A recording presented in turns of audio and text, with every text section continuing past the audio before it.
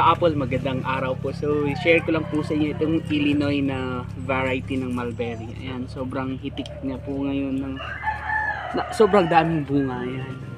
So, mula dito sa pinakadulo hanggang pataas. Ayan.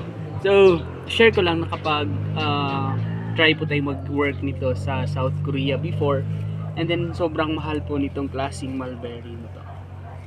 Ayan, merong hinog na. Napakatamis nito kapag ka black na po talaga. Ayan.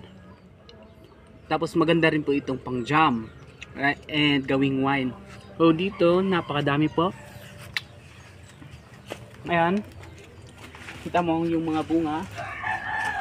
Ayan, hanggang dito. Ayan, hanggang dito.